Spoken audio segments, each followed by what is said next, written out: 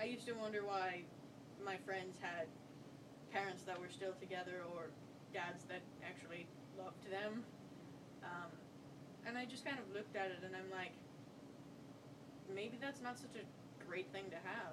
I mean, I like to think I'm well adjusted. Yeah. And I have like a 3 in 4 chance more of being addicted to something because of who my dad is. Yeah. And frankly, I don't think I ever will, just because I can see what bad things can do to people. I mean, I wasn't the one who was drinking, but look at how it affected my life. Yeah. And I used to think, oh man, I deserve so much because I've been through so much. And then I realized, just because I've been through a lot doesn't mean I deserve anything more than anybody else. I mean, there's people out there who have it worse than I do. So, what's the point? If you can't earn something, I don't think you really deserve it. Yeah. How do you think other people see you? You know, I mean, you said that, like, sometimes people say you come off as arrogant or something like that. Like, do you think people see you differently because of what you've been through and because of what they've seen on the news from your family? Oh, I definitely think they think things of me. I think some of them, I honestly think they see me as some kind of idol. They're just like, oh my gosh, you've been through so much and you're so young and you've dealt with this for so long. And it's just like, I don't see that. I don't want that. Yeah. I'm just a person who's making it. And others, I can look at them and they look back at me with just this pity. And I'm just like, why would you want to pity someone? I don't want pity, I want empathy. Yeah. I want somebody who understands and can make me feel good. Yeah. I don't want people to look down at me and say, oh, I'm so sorry for her, she's had it so hard. It's just like, yeah, but I've made it, so don't patronize me. Yeah. And on a contrast, how do you see yourself? How is how you perceive you and who you are in the world changed because of what happened? This is where it gets flip-floppy, because at some point I'm just like, yeah, I'm great, I've made it through all of this stuff, and I'm so strong in all of this, and yeah. And yet I can't do things like, I don't have a job yet, I don't have my license or my permit and things, and I'm just like, that kind of tones down the aspect. But then on the flip side, sometimes I feel like I am a victim. Yeah. I feel like I deserve something, and yet, no. So I guess in an aspect, I feel like I should, like, get some kind of retribution for this, but at the same time, I'm just like, no, that wouldn't be right. Yeah. And, oh, I just had another point that I was going to say, but now I can't remember what it was. Oh, well.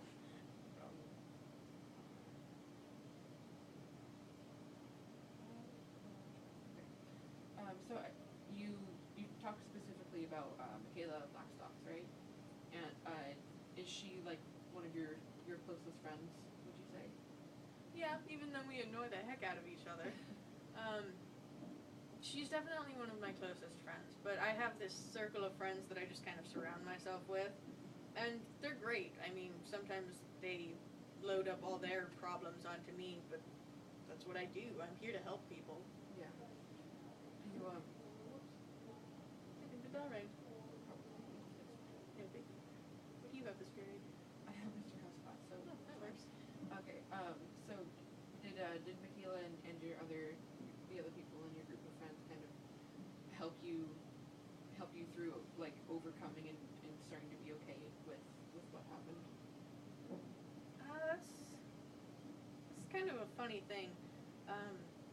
At the beginning, I was not really affected. I was, yeah, this happened, what am I going to do next? So I was like, step by step, this is what I need to do next.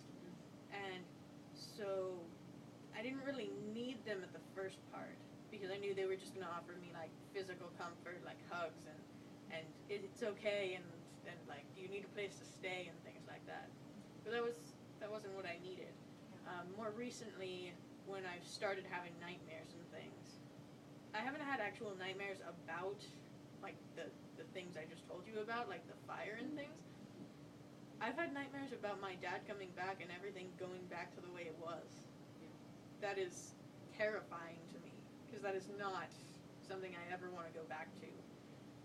But I remember one day, I was having a really rough day because I had it was the first nightmare that I had. And I was just having a really bad day, so I had some free periods open, and I just was kind of sitting at the table with my head in my arms. And my friend Ben had given me his AC/DC hat to wear, which would normally make me ecstatic, but it just wasn't doing it. And then my sister's boyfriend Tyler came and sat down, and something just broke, and I just like broke down into tears, and I just hugged him, and oh my gosh. And then at lunch I explained what was bothering me, and my friends just got into this huge group circle and just hugged me, and I'm just like, oh my gosh, I love you guys. So yeah, they're there for me, so gotta be there for them. Yeah. So what do you do in your spare time? Like, what are your passions? Do fandoms count? Fandoms do count. Alright, I spend So. so much time on Tumblr, it's ridiculous. But in class I like to read, I love to draw, just doodles, and apparently I'm known for my cats, I guess. I'm kind of known as the cat girl. Because cats are great, who am I kidding? I like hanging out with my cat. There's not much I really do in my free time because I don't have much that I can do, so. What do you plan to do when you get out of high school? I plan on going to community college first because it's a lot cheaper than taking classes at a university. Yeah. And then I want to go to Southern Oregon University and study writing and psychology. And from there I'm going to find a job somewhere to support myself while I write novels. Nice. Have you and your family, you know, like, you can compare and contrast, like, you and the members of your family, but, like, have you guys, do you think, like, fully overcome what happened to you? Not in every aspect. In some, we never really had a problem with it. Like, one day, like, 2 weeks ago, we were walking through Bi-Mart, and we were looking at some Christmas lights and stuff, and my mom kind of just stops, and she gets a little bit choked up, because we had all of this new stuff, and we had this nice stuff, and we don't have that anymore. And my mom will be like, oh, I'm going to go grab oh wait, we don't have that anymore. Yeah. And just things like that. My mom was really attached to this house because it was the first actual, like, home that we had. Like, we had all picked everything in it. And I guess I'm more, I don't know, about the whole nightmare thing. I don't know what my sister's going through or what my mom's going through in that aspect because they haven't told me that they're having nightmares or anything. But I think some days it's just harder than others. And you just kind of make it until it doesn't bother you anymore. Take it day by day.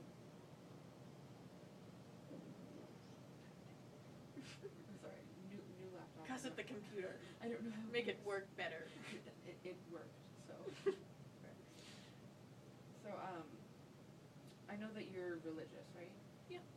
Has your faith in God and your relationship with God made this experience any different? Do you think than it would be? Would you not be religious? No. No. I never really had like a stereotypical relationship with God. The way I saw it, God was kind of my buddy. Is my buddy. He's the father when I didn't have one. Yeah. He kind of looks after me, you know? And sometimes when I'm having a rough day, I just kind of look at the ceiling and just say what I'm feeling. And I feel like he's listening. That was my last question. Is there anything else you want to add? Anything else you want the people to know about? It could be about the situation or just about you. I suppose if I had to say anything, it would be, this doesn't change anything about who I am. Like, people who didn't know all of this that was going on, this has been going on my entire life, and it doesn't affect who I am. It's not part of who I am, so why should it matter? Yeah. Do you have any advice for people who are, like, maybe going through the same kind of things that you were before the whole blowout, like abusive family members, or like verbal or emotional abuse or physical abuse or anything like that? Well, I suppose there's a bunch of subs to that. The first thing is, nothing about it can last forever. Eventually you can get out. I mean, even if they're like holding you a prisoner, Even if getting out means something can help you. Yeah. It might not happen as soon as you would like. It might not happen like when you want it to. A bunch of bad things might happen, but something will help you. And it might not look like it's helping you at first, but it will if it can. I mean, my house burning down is not a good thing, but hey, I don't have to deal with that anymore. Yeah. And so, actually, the trial for my dad would have started tomorrow, but things got switched around, and I'm pretty sure he's being shipped to the psych ward in Salem. It's like 45 minutes from our McMinnville house. So we're really not sure what's going on at this point. Yeah.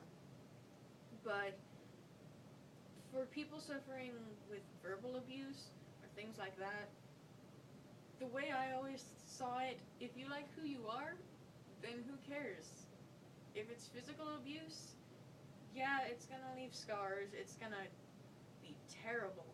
I can't even imagine because I never had the physical abuse. I just had the verbal and the threats and all of that. Growing up being called a burden to your face is character building. Yeah. But the physical things, the physical body isn't all of you. It doesn't affect, it's not all of who you are. You're just a body. But it doesn't affect what you can do or just everything. I'm terrible at explaining this. Yeah.